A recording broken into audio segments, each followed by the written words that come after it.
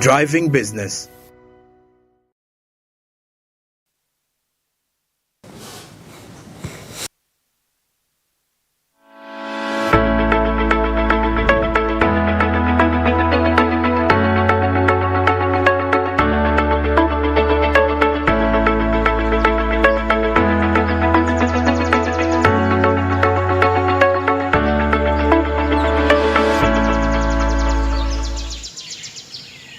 We'll be back from the break. You're still watching Smart Means Business. Mandri Barija with Joram Paul Sonko this morning here to drive your business. Definitely with quite a lot of interesting discussions here. But of course, before we proceed into any other conversation, the Markets on the Zabo platform, just 12 minutes left for you to be a part of this. Now, what do you need to do? *92# is simply the USSD code for you, and you'll be in position to buy bonds and securities with just 15,000 Ugandan shillings. Now the markets open at 8:15. They will be opening at 8:15, and they were going to be running to 3:15 p.m. East African time. This is effective Monday up to Friday, except on the weekends and the public holidays where these markets are inaccessible. But this week there is no public holidays, so I believe you still have today, tomorrow and Friday, and I know by Friday you will be in position to see some progress when it comes to your income statements, and yeah, you'll be able to evaluate. Remember, this money accumulates with time. Now Zabo says my money, my future,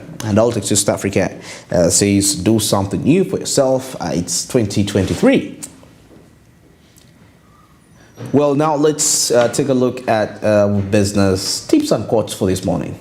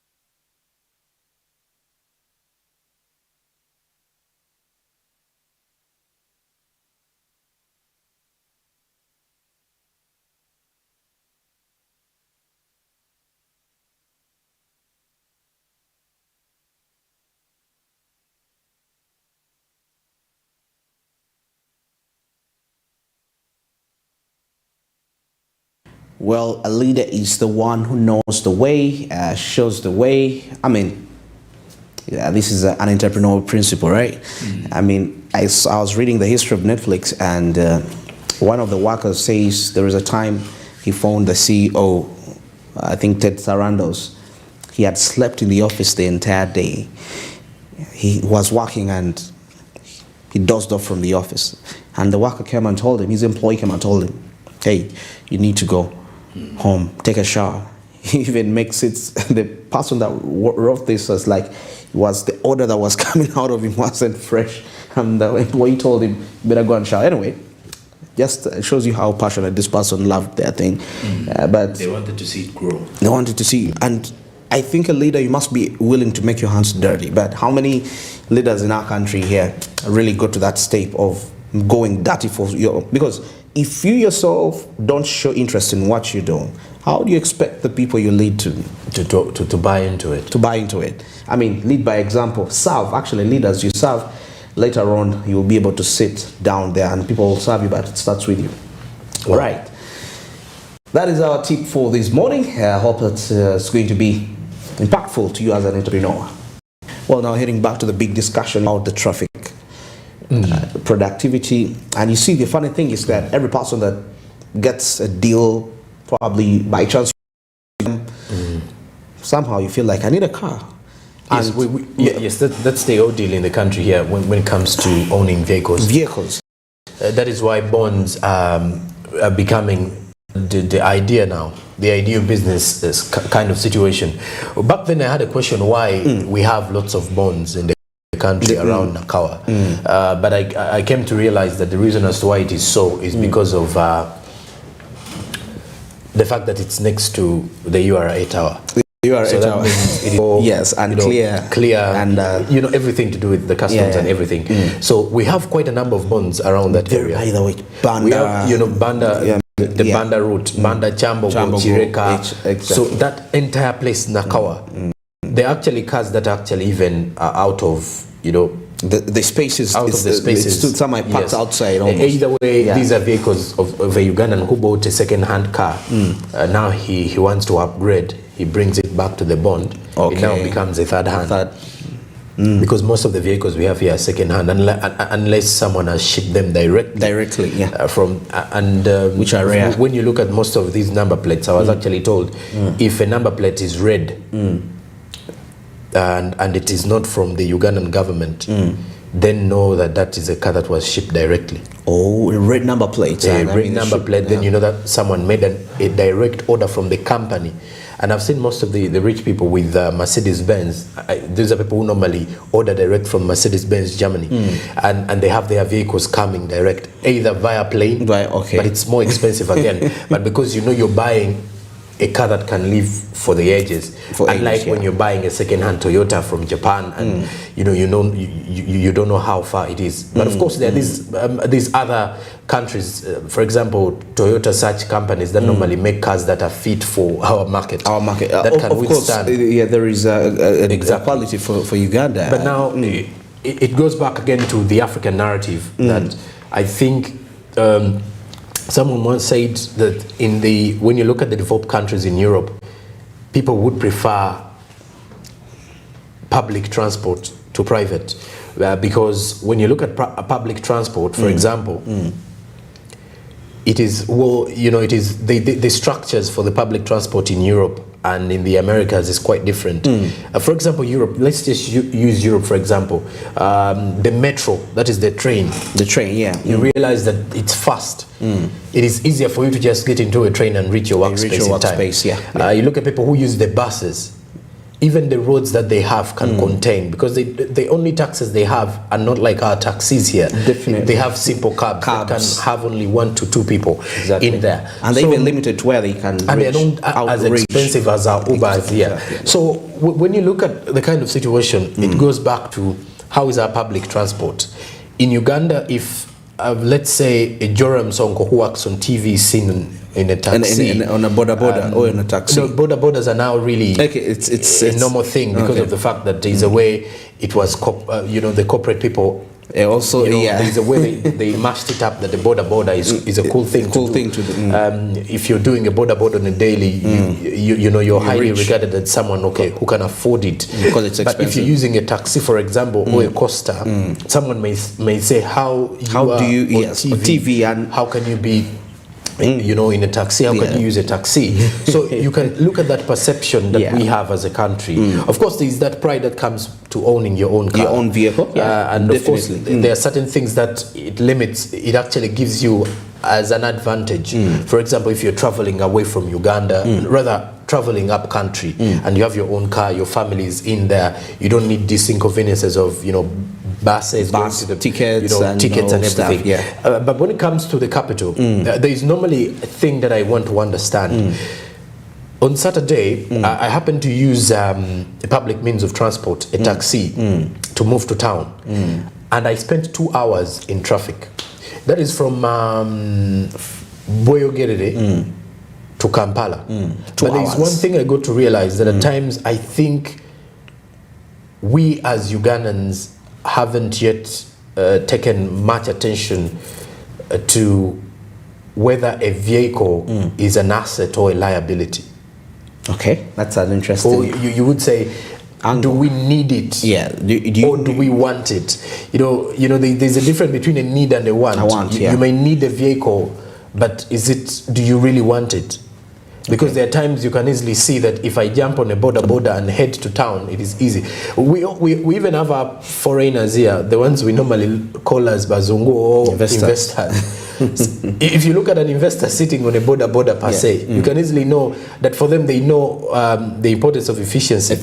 If I'm going to sit in a taxi for 2 hours, and yet a border is going to take me into a situation for around 20 minutes. 20 minutes, yeah. Why don't I grab a border? You have a meeting that you have to catch and you sit in a car because it's your own car. Okay, it's good you're going to go there and they would say, yeah, he has a car. But we've also had members of parliament who've been jumping on borders to coming for TV interviews. For TV interviews. And so I think this is something that clearly gives us a picture of what we need to understand about productivity. Now, when it comes to productivity, as we are summing up with this conversation, by the way, I want to realize during the time I was sitting in a taxi on Saturday, in my mind I was saying, if there is a taxi person who normally takes 4 trips per day to Mukono or to Jinja, you wake up in the morning from 6, you're taking people to Jinja every morning. So you expect to make at least around 6 trips per day. Now imagine if traffic is 2 hours. 2 hours. You're around Jinja Road here in Kampala. 2 good hours in the same spot. That means out of 4 trips, you will hardly even, out of the 8 trips you've been making, you will hardly make 4. Or you may actually make 3. That means you will go, come back, go. The chances of you coming back are limited because now coming back, you're thinking, how am I going to reach there? I mean, and then we have people who your boss is up because normally in the taxi business, your boss wants 100,000 to 150,000 per day. So imagine a trip of 3,000. When are you going to make? People. Because you need to pay for fuel. That's why they overload people sometimes. Exactly. Yeah. You need to pay for fuel, and unfortunately, if a traffic officer arrests you and you also consider all those overloaded for. And I've come to realize they even have a spare amount of money they have for the traffic officers once they are stopped. So in this world, it's very funny. It's very funny. Really funny because when you ask most of the Ugandans who are driving on the road without permits, they will ask, if you ask them where is your road, where is your license, or where is your permit, he or she will show you a 5,000 note.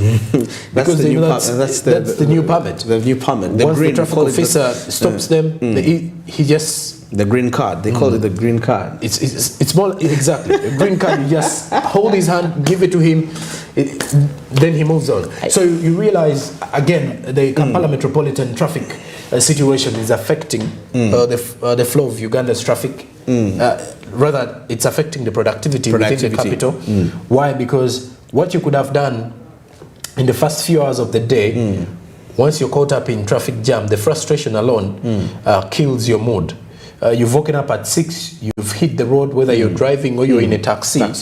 But as long as you're expected to reach your workplace before 7, and then you reach at 8 because of traffic, you're going to first spend a full hour to regain your momentum of getting that morning mood back. Especially for our professions. Exactly. I mean, once you fail to recover from that particular frustration that you faced during the traffic, believe me, the entire day of production is a little bit spoiled because of that first hour. Yes, because the reason that's why you woke up earlier than the rest is because you thought you would be up early. By the way, it's frustrates. So once it frustrates you, the level of productivity is less. And not only you, but there are also others who are actually coming in later at the time. Because the reason that's why most people prefer public transport in Uganda, by the way, is because there is a high cost when it comes to, besides like having a private vehicle, like fuel or something. I mean, that fuel consumption, because when you look at it, maintaining the car is expensive. We rarely take a look at most of the things. But when you look at public transport, for example, a distance that you can cover for 2,000, you'll be like, if I pay for my 2K, I'm moving to town. 2,000 will take me back to town. That's 4,000 a day. That's 4,000 a day. Now, a driver of a car is someone who's going to use close to 20,000 per day. To and fro. But then you have to maintain. So these are things that we rarely take a look at, but something we really need to dig deeper. So if you're using, if you used to use 4,000 by 5, that is 20,000. So you're now using the 20,000 which you're spending in a week, in one day. Because it's fuel. But of course it comes with the comfort, which is different. Of course, there is a comfort. Yes. So I think the private ownership of a vehicle gives you that comfort and gives you that security. That regardless of the time you're moving out, yourself. The chances are safe. But because remember, if you're using a public vehicle and you're staying deep inside a given locality, you have to first you have to first stroll to the stage, to the taxi stage. What happens during that morning time is only God who is actually keeping you safe. So when you come to think of it, there are lots of things that come with owning your own vehicle. But in terms of how we earn in Uganda, you get to realize that using public transport becomes cheaper. Yeah, exactly. Maybe you can use your vehicle on a few specific days, like on the weekends. I mean, fuel and, by the way, apart from fuel, that aspect of maintenance and servicing, very expensive. And it brings you to this knowledge that you need to know how the car operates. You need to know that what if I'm driving on the road and something happens? I'm not going to call a mechanic. There are things I must be able to sort, like putting up a tire. All that knowledge, I mean, you need to really have it at the back of your mind. But when you have if you're into the public vehicle, it gets an issue. It's none of your business. It's for the issues with a driver in there. Well, that is it. That's been our discussion training lately. The traffic being really a great issue. I don't know how you see it at your different respective places where you report to work as you're leaving home. I don't know how you find it, but it's tight, very tight. Well, of course, heading into our other discussion here. Yesterday was 4th July, and it was the independence of the United States of America. Of course, this happened after a war that was between the British. Actually, Britain was such a powerful nation, really conquered states in there, and America got its independence, I think I was in 1877 after that war. But what we need to know is that after that war, the state was in shambles, absolute shambles. I mean, because remember, during that time, there was still a war in regards to slave trade. Before that, which brought to power Abraham Lincoln, one of the presidents that really fought slavery in the South, most especially the southern states of America. And well, that was already a civil war which had already weakened the economy at some point, because the country was a little bit divided at the moment. And now we come at the war, what we call the war, the American War of Independence, the revolution. That changed a lot. Exactly. History gets us back to the fact that the U.S. Revolution changed the outcome of how the Great America started. Exactly. I mean, of course, the land of opportunities started way back when you come to think of it in regards to the independence celebration. So I think such countries, when it comes to celebration, I think it's quite a different kind of feel for the real Americans. Pardon me when I say real, because I think we have the real Americans, the ones that were coming in from the real inhabitants of the Great America back then. Forget about these ones who came through, colonialism situations, the slaves. There are those who actually moved the in indigenous. The indigenous. The Red Indians? They actually, I think those are as well, those also belong to the Great America. Because those are some of the people who are inhabiting the United States. But when you look at the Americans have actually got different cultures in there. There are people who actually came from Mexico, from Europe. Lots of them actually. So there's been a lot people from Africa moving into America, and once getting a visa required one to get a green card or marriage, things like that. Yes. You get to realize that it's a mixture of fortunes, mixture of cultures that have shaped America for the past 247 years of independence. Wow. And actually, when you take a look at those deep people, because you see that some of those portraits were actually based on, there were actual paintings of those people. If you take a look at those people, and majority of them, those indigenous Americans that wrote this literature, which I believe the nation still follows, though when there was this aspect of liberty, freedom, lots of things changed.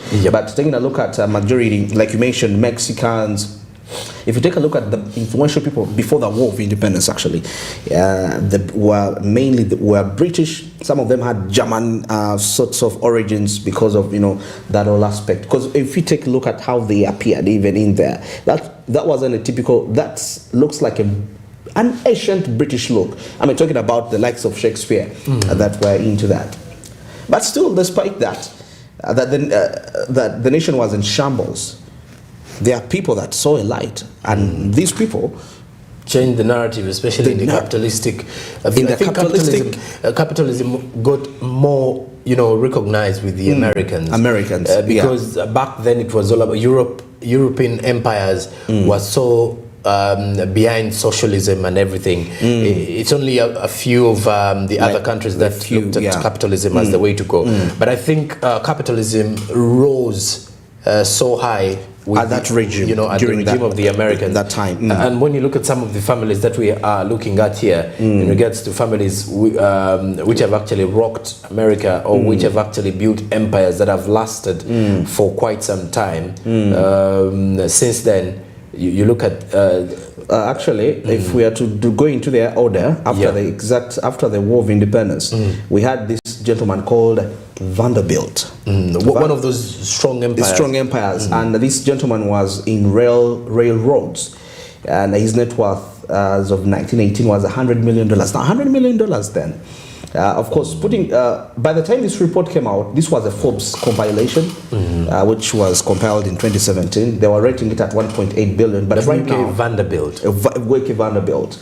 Because this gentleman, by the time he came into, because he was in roads, it was remember it was the 19th century, and we are experiencing what we call the first phase of the industry economy. But one of the aspects which needed to be put up together was transportation mobility. Remember, the country has just been encountered war, so there is division and all that. So there was need to unite the country back again, and railways was one of the aspects. And now, when this gentleman realized that demand at that time, he decided to invest in, and he built a very big empire, by the way, and it really made out quite so big. That is W.K. Vanderbilt. Though he had a mafia tendency in him. If you really take a look, he was a rough person that if he decides something, it has to happen. He had that element of Donald Trump in him. There's no good businessman. There's no good businessman. And maybe it's the unwritten rule when it comes to business. You're never going to be a good person when you're in business. So you have to cheat. You have to kill. You have to be malicious. You have to. You may not kill, but you really need to be your character. Your character, because money turns us into demons, or I should say, brings out the worst element in people. Because if you want to survive in this ungrateful world, you have to be ungrateful, and you have to be. I don't know which one I can use. You have to be the evil yourself. Because when you look at the stories of most of the successful men, there is some dirt somewhere. And that is there is some dirt somewhere. That is why in most cases you get to realize that there are characters that a rich person can go away with that a poor person can't go away with. At times we look at this thing from a perspective that we've given money a lot of power, that it even takes away our moral behavior. You see, we sell our souls to it. Someone once said that it is okay for a man, for a rich man to strip naked a woman and go away with it, but it's not okay for a poor man to do it. It's called disrespect if a poor man does it. So it shows you how much respect money is given. And when you look at most of these rich families, if you get to realize that most of them have gangs or it just takes us back to the Pablo Escobar series. Perfect. And there is no rich person who goes direct into wealth unless you were born in a wealthy family. And you're just inheriting the wealth. And even when you look at the government officials who have made money, they've made the money out of stealing. So it takes you about the evil, because someone says money is the root cause of all evil. And if you control yourself with it, it says a lot with you. But at times it controls you. And once it controls you, you really need to just live within it and enjoy the ride that comes to it. Because with money, there is a lot of things you can actually pass through if you have the money. You can survive different cases as long as you have that money. And actually, looking at these very people, just for the interest of time, the others are likes of Rockefeller, Henry Ford, the one who made the Ford, where his goal was to make a car that is which can be affordable by a common man. Surprisingly, it's one of the most expensive currently. But then his vision was that it's one of those good vehicles. It's a good vehicle. But anyway, most of these people, actually, we had Andrew Carnegie. He was in steel, came and dealt in steel. But what you mentioned, it happened within these people. At the peak of their wealth, John Deere, okay, Vanderbilt, since was the earlier person, kind of went out of the picture so earlier, a bit earlier, because he was old, first of all, and when he died, the person who took over the empire wasn't efficient, it collapsed. So the race was between Rockefeller, Andrew Carnegie, and JP Morgan came in the picture. Henry Ford wasn't much into those battles. But now they challenged these people at the peak. They felt like they had to defend their wealth, so they started to influence governments, paying money to different people that are applying in for presidency. There is this president of America was assassinated during actually after being president. It was called McKinley. Rockefeller, Andrew Carnegie, and JP Morgan gave him $200,000. At that moment, each, if you rate it to currently, it was about $20 million. So imagine you meet 4 rich people and they give you each $20 million now. You walk out with $60 million. So that means you're going to be able to bribe voters easily. So this dude comes into power. Exactly. Because these people are defending, because they had become evil. They had even started to compete amongst themselves who's wealthier. Because it's the money that drives them. It's the money that drives them. Exactly. But surprisingly, this guy was assassinated in office. And the person who came into Roosevelt was a person who lived in equality. And that's where their wealth overturned. Well, for the interest of time, it's quite a very long story. It's 29 minutes past 8, but of course the bigger picture is, what do we learn as a country, Uganda? Have we yet started to build our country since independence, since 1962? All right, that's a question you can really answer. But don't forget the markets on the Zabo platform, which have already opened as I speak right now. Start92# is the code for you, which will avail you with options where you will be able to buy bonds and securities for just 15,000 Ugandan shillings. Now the markets opened at 8:15 and they'll be closing at 3:15 p.m. and this is running up to Friday. Apart from the weekends, the public holidays, but this week has no public holiday, so we're good to go. We have today, tomorrow, and Friday. But Zab made this a reality with just Start92#. You're able to trade securities and make yourself quite some money, something which I believe is good for you as a trader and somebody that is pursuing a career. It's good to have a side business, a side hustle somewhere where you can actually get some money for yourself as it accumulates. You know, remember we grow every other day and we need to have something we put out there which keeps on accumulating. Zabu says buy money, my future. And all of East Africa says do something new. Now let's get into the break, and when we return, sports and entertainment in business.